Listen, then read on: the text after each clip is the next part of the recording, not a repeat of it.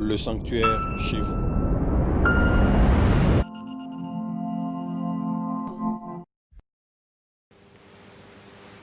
Shalom frères et sœurs, bienvenue à notre programme d'aujourd'hui. Nous allons croire que vous êtes nombreux pour participer à ces programmes et nous croyons que le Seigneur va nous faire du bien. Et avant de passer à l'écoute de la parole de Dieu, permettez-moi à vous inviter d'adorer le Seigneur avec nous. Alléluia. C'est là, c'est là.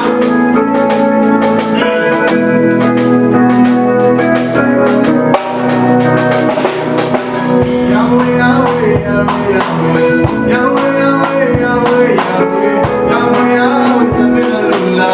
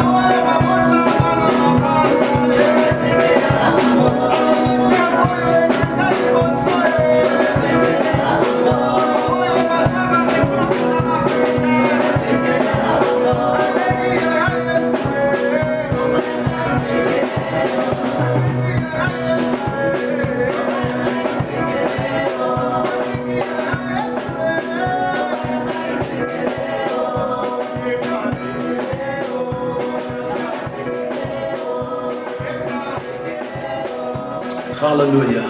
Gloire à toi, Seigneur, notre Père, notre Dieu. Toi qui nous acceptes dans ta présence aujourd'hui. Toi qui acceptes notre louange, notre adoration. Merci, Seigneur. Maintenant que nous voulons écouter ta parole, Seigneur, parle à nos cœurs. Que ton esprit, Seigneur, puisse nous faire du bien. Et que ta parole trouve sa place dans nos cœurs. Bénis ta parole dans nos cœurs, Père. Parle à mon frère, parle à ma soeur, dans les noms puissants de Jésus-Christ. Amen. Gloire à Jésus, gloire au Seigneur. Encore une fois, nous vous saluons, vous qui nous suivez en ce moment.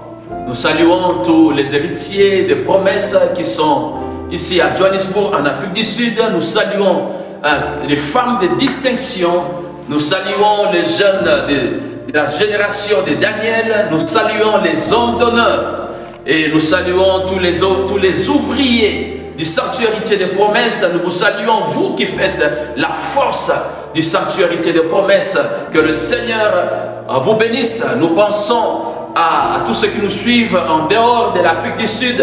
Nous pensons à nos amis qui nous suivent à partir de l'Europe, ceux qui nous suivent en France, en Europe, en Belgique, en Angleterre, en Irlande, en Suède.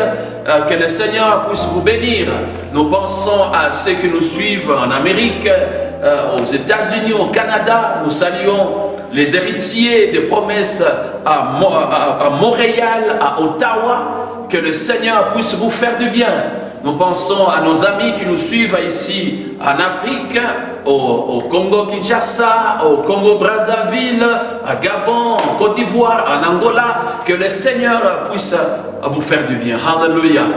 La Bible nous dit dans Ésaïe chapitre 60, verset 2, j'aime bien ces passages. La Bible dit, voici les ténèbres couvrent la terre et l'obscurité le peuple. Mais sur toi, l'Éternel s'élève, sur toi, sa gloire apparaît.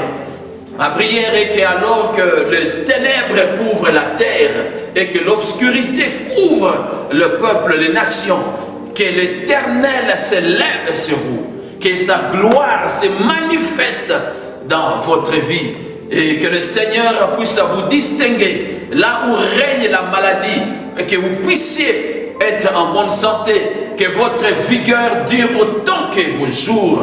Là où règne la sécheresse, qu'il puisse pleuvoir dans votre vie, que vous puissiez manquer de rien et que les promesses de Dieu puissent devenir une réalité dans votre vie. Que le Seigneur puisse vous bénir et que sa main soit sur vous dans le nom de Jésus-Christ. Que vous puissiez avancer, que vous puissiez progresser et que vous ne puissiez pas régresser. Que sa main puissante soit sur vous et que les anges de Dieu soient sur vous. Alléluia. Gloire au Seigneur. Nous allons continuer avec notre série sur les combats spirituels dans la vie du croyant. Nous avons commencé à parler la fois passée sur la victoire dans les combats spirituels. Nous voulons vous signaler que nos interventions précédentes sont disponibles sur notre page Facebook et sur YouTube. Vous pouvez aller les suivre et nous croire que vous serez bénis. Donc nous parlons sur la victoire dans les combats spirituels. Comment marcher dans la victoire? Premièrement, nous avons dit, il est important d'avoir l'assurance de son salut. Nous devons avoir l'assurance que nous sommes sauvés. Avoir l'assurance que nous sommes enfants de Dieu. Avoir l'assurance que nous sommes nés de nouveau. Avoir l'assurance que Christ habite en nous.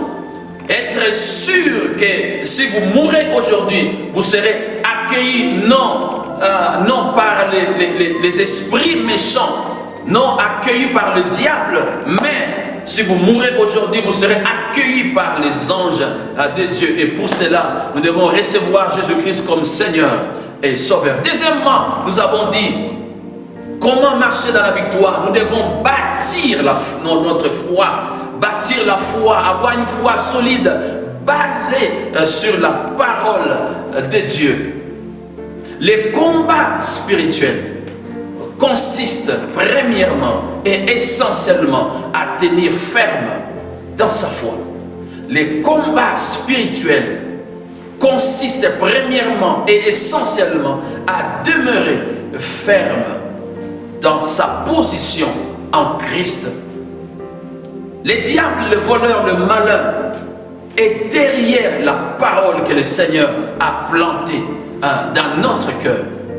Il n'est pas derrière notre argent, il n'est pas derrière nos voitures, il n'est pas derrière nos maisons, mais il est derrière la parole qui a été plantée sur nous. S'il peut mettre la main sur la parole qui soutient le succès de notre mariage, il a mis la main sur notre mariage. S'il peut mettre la main sur la parole qui soutient notre espoir, prospérité, il a mis la main sur notre prospérité et il a volé notre prospérité. Voilà pourquoi il est important de protéger cette parole qui est la base de notre foi. Et nous avons dit comment fortifier sa foi, comment fortifier la foi. Nous avons parlé de la place de la parole de Dieu dans notre vie, la place de la parole de Dieu. Il est important que nous puissions méditer la parole de Dieu. La méditation de la parole de Dieu nous rend forts. Vous ne pourrez pas être fort devant le diable,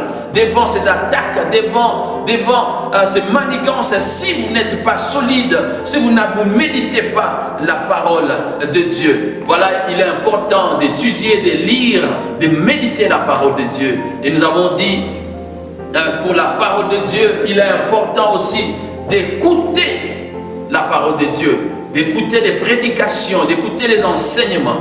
Une parole prêchée sous l'inspiration du Saint-Esprit fortifie la foi de ceux qui l'écoutent. Voilà pourquoi nous avons écouté des enseignements, des prédications inspirées pour avoir une foi solide. Et nous avons parlé aussi, il est important de lire des livres chrétiens et d'écouter la bonne musique chrétienne. Et cela nous aide aussi à édifier, à fortifier notre foi. Nous avons parlé deuxièmement comment fortifier notre foi. Nous avons parlé de la place de la prière, la place de la prière. La prière, la communion avec Dieu est l'environnement favorable pour notre bien-être. C'est dans sa présence que nous puisons la force pour avoir une foi solide. Nous devons avoir une vie de prière, non pas seulement une vie de prière, nous devons ajouter la dimension de jeûne et prière si nous voulons avoir une foi solide, une foi ferme. Et troisièmement, nous avons dit, il est important que nous puissions veiller sur ce que nous entendons, nous puissions veiller sur ce que nous écoutons, soigner ce qui entre dans nos oreilles si nous voulons avoir une foi solide. Ce que vous entendez, ce que vous recevez dans vos oreilles est capable d'affaiblir ou de fortifier votre foi. Alors comment marcher dans la victoire? Nous avons continué à dire, nous devons avoir la révélation de l'œuvre de la croix. Nous devons avoir la révélation de ce que Christ a accompli pour nous à la croix. Avoir cette révélation. Notre victoire dans les combats spirituels n'est pas basée sur ce que nous avons fait ou ce que nous faisons, mais notre victoire est basée sur ce que Christ a accompli pour nous à la croix. Voilà pourquoi il est important de connaître, de savoir ce que Christ a accompli, a fait pour nous à la croix. La Bible nous dit à la croix, le diable a été dépouillé. Le diable a été désarmé, a été ôté de tout ce qu'il avait pour nous nuire. L'œuvre de la croix nous place dans une position de victoire par rapport au diable. Nous devons avoir cette révélation si nous voulons marcher dans la victoire. Et quatrièmement, nous avons commencé à parler sur les armes. Les armes. Nous devons connaître les armes et savoir les utiliser. Connaître les armes et savoir les utiliser. 2 Corinthiens chapitre 10. C'est l'apôtre Paul qui parle aux Corinthiens au verset 3 jusqu'au verset 5. Voici ce que l'apôtre Paul dit. Il dit, si nous marchons dans la chair, nous ne combattons pas dans la chair. Quand les armes avec lesquelles nous combattons ne sont pas charnelles, mais elles sont puissantes par la vertu de Dieu pour renverser les forteresses. Verset 5, la Bible dit, nous renversons les raisonnements et toute hauteur qui s'élève contre la connaissance de Dieu. Et nous amenons toute pensée captive à l'obéissance de Christ. Oh, j'aime ce passage. Ce passage nous montre nous donne quelques éléments sur les armes que nous avons à utiliser dans les combats spirituels. La Bible nous dit ces armes, les armes que nous utilisons ne sont pas charnelles, elles ne sont pas physiques. C'est-à-dire ces armes sont spirituelles. Deuxièmement, la Bible dit elles sont puissantes. Alléluia. Ces armes sont puissantes. Ces armes sont puissantes. Nous pouvons définir la puissance ici comme la capacité de produire des résultats. La capacité de produire ce que nous voulons. La capacité d'atteindre l'objectif. Ces armes sont puissantes. Elles produisent des effets. Elles sont puissantes. Et la Bible nous dit pour renverser les forteresses, pour renverser des forteresses qui sont des raisonnements, des façons de penser, des façons de voir les choses, et une position contraire à la pensée de Dieu. Nous avons dit que le diable est derrière nos pensées. C'est là où a lieu les combats spirituels. C'est le lieu du combat spirituel. Le diable veut nous amener à raisonner d'une certaine façon. Et dès qu'il réussit à nous insérer ses pensées, dès que nous adhérons à sa façon de voir les choses, nous aurons affaire plus tard à des forteresses mentales, qui sont des façons de voir qui sont contraires à la pensée de Dieu et qui sont difficiles à renverser. Une position opposée à la pensée de Dieu, c'est ça les forteresses. Mais la Bible nous dit, ces armes servent à briser ces forteresses, ces murailles mentales, ces façons de penser et de les amener captives, soumises à l'obéissance de Christ. Elles servent à imposer la pensée, la volonté de Dieu, là où elle est opposée. Alléluia. C'est ça, les armes que nous avons. Elles sont puissantes. Alléluia. Elles sont puissantes. Alors nous avons commencé à parler sur deux armes essentielles que nous devons utiliser, que tout croyant doit connaître, que tout croyant doit utiliser dans les combats spirituels. Nous avons commencé à parler sur la parole de Dieu. La parole de Dieu. La parole de Dieu. La parole de Dieu. Qu'est-ce que le Seigneur a utilisé devant le diable lors de la tentation dans le désert? Il a utilisé la parole de Dieu.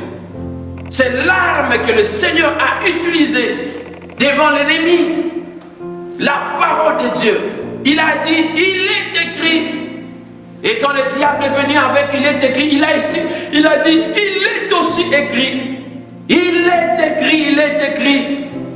Il est important que chaque croyant puisse savoir, connaître ce qui est écrit.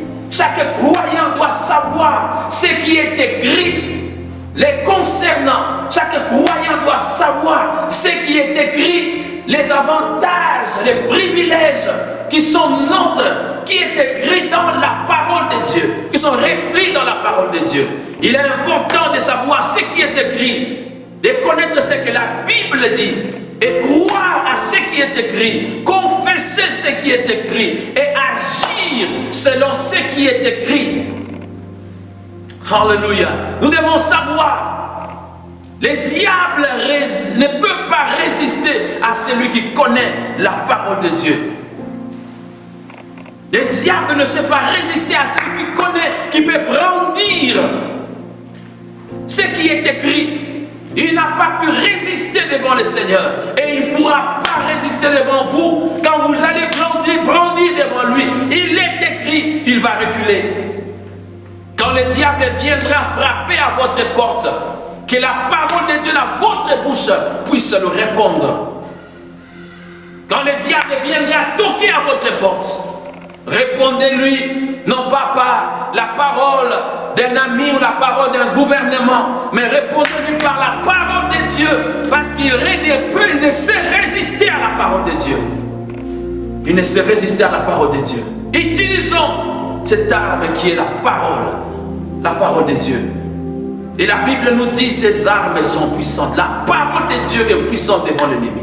Deuxièmement, l'arme que nous devons utiliser devant l'ennemi, devant le diable, devant le monde des ténèbres, devant les démons, devant la sorcellerie, c'est le nom de Jésus. Le nom de Jésus, le nom de Jésus, le nom de Jésus. Philippiens chapitre 2, verset 9 à 11. La Bible nous dit ceci. C'est pourquoi aussi Dieu l'a souverainement élevé et lui a donné le nom qui est au-dessus de tout nom, afin qu'au nom de Jésus, tous genoux fléchissent dans les cieux, sur la terre, sous la terre, et que toute langue confesse que Jésus est Seigneur, à la gloire de Dieu le Père. L'apôtre Paul dit ici aux Philippiens que Dieu a élevé le nom de Jésus au-dessus de tout nom. Le nom de Jésus est supérieur à tout autre nom.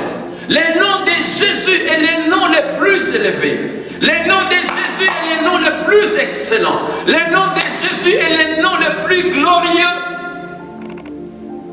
Le nom de Jésus est le nom qui est élevé au-dessus de toute autorité. Le nom de Jésus. Le nom élevé, le nom le plus élevé en autorité. Par conséquent, tout genou doit fléchir dans les cieux, sur la terre et sous la terre, devant ce nom. Par conséquent, toute langue doit confesser, déclarer que Jésus est Seigneur. J'aime ce passage dans une autre version, la version parole de vie, qui dit ceci. C'est pourquoi Dieu l'a placé très haut et lui a donné le nom qui est au-dessus de tous les autres noms. Verset 10 dit ceci. Alors tous ceux qui sont dans les ciels, sur la terre et chez les morts tomberont à genoux. Quand ils entendront le nom de Jésus. Quand ils entendront le nom de Jésus. Et tous reconnaîtront ceci. Jésus-Christ est le Seigneur pour la gloire de Dieu le Père. Alléluia. Oh, gloire à Jésus. J'aime cette version. Alors, tous ceux qui sont dans le ciel, sur la terre et chez les morts, tomberont à genoux quand ils entendront le nom de Jésus, quand ils vont entendre le nom de Jésus, quand le nom de Jésus est déclaré, quand le nom de Jésus est proclamé, que tous les noms dans les cieux, sur la terre, sous la terre, tous les noms, c'est le mot, puissent tomber à genoux. Parce que le nom de Jésus est le nom le plus élevé. Le nom de Jésus est le nom le plus autoritaire. Le nom de Jésus est le nom qui est élevé au-dessus de tout autre nom.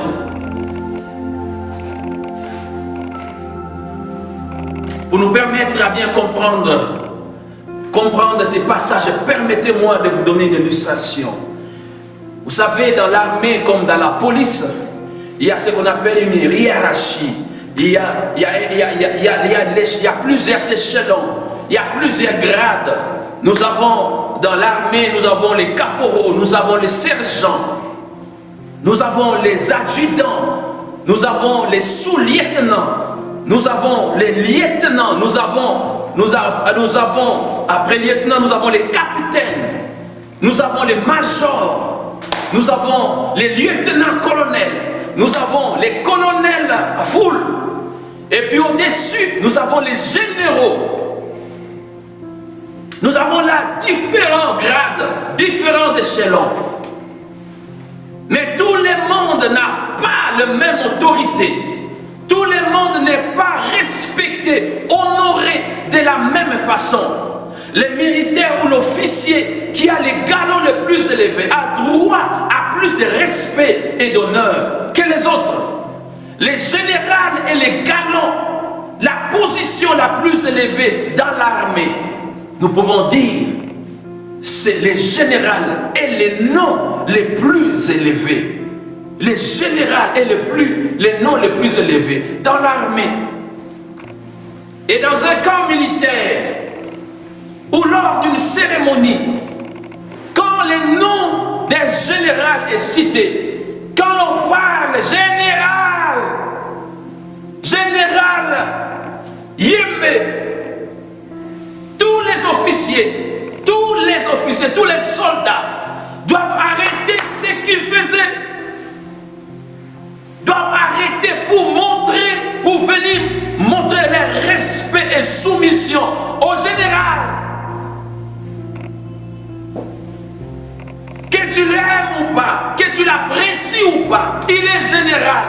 Donc quand il est là, tous les soldats, tous les officiers, tous les colonels, tous les majors, les capitaines, tous les officiers ou les sous-officiers, ils doivent démontrer leur respect et leur soumission au général qui vient. Car c'est le nom le plus élevé. La Bible nous dit, le nom de Jésus a été placé très haut, a été élevé au-dessus de tout nom. Le nom de Jésus est élevé comme dans l'armée, comme le nom de général. Le nom de Jésus occupe les rangs les plus élevés. Dans la hiérarchie des noms, le nom de Jésus est au-dessus de tous les autres noms. Le nom de Jésus est le nom qui occupe l'échelon les plus élevés. Il représente l'autorité la plus élevée.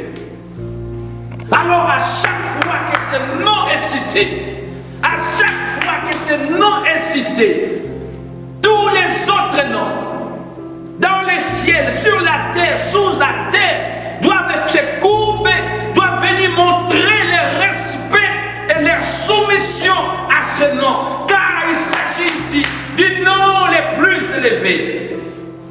Le nom qui a l'autorité la plus élevée. Le nom de Jésus. Quand ce nom est prononcé, le reste des noms lui doit respect et soumission. Quand le nom de Jésus est déclaré, tout le monde dans le monde spirituel ou physique doit plier les genoux. Doit plier les genoux. Doit plier les genoux. La Bible dit alors que tous ceux qui sont dans le ciel, sur la terre, chez les monts, tomberont à genoux.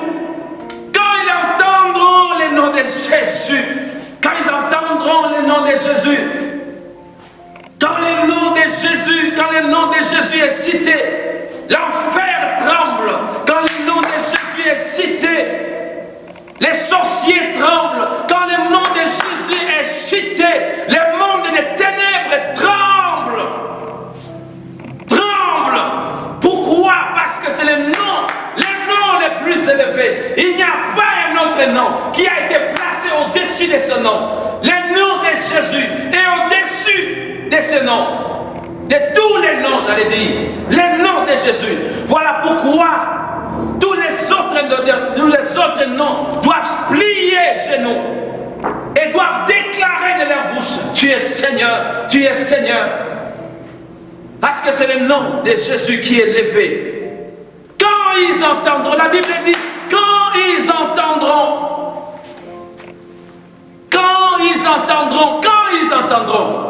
de qui vont-ils entendre le nom de Jésus? Qu'ils a prononcé ce nom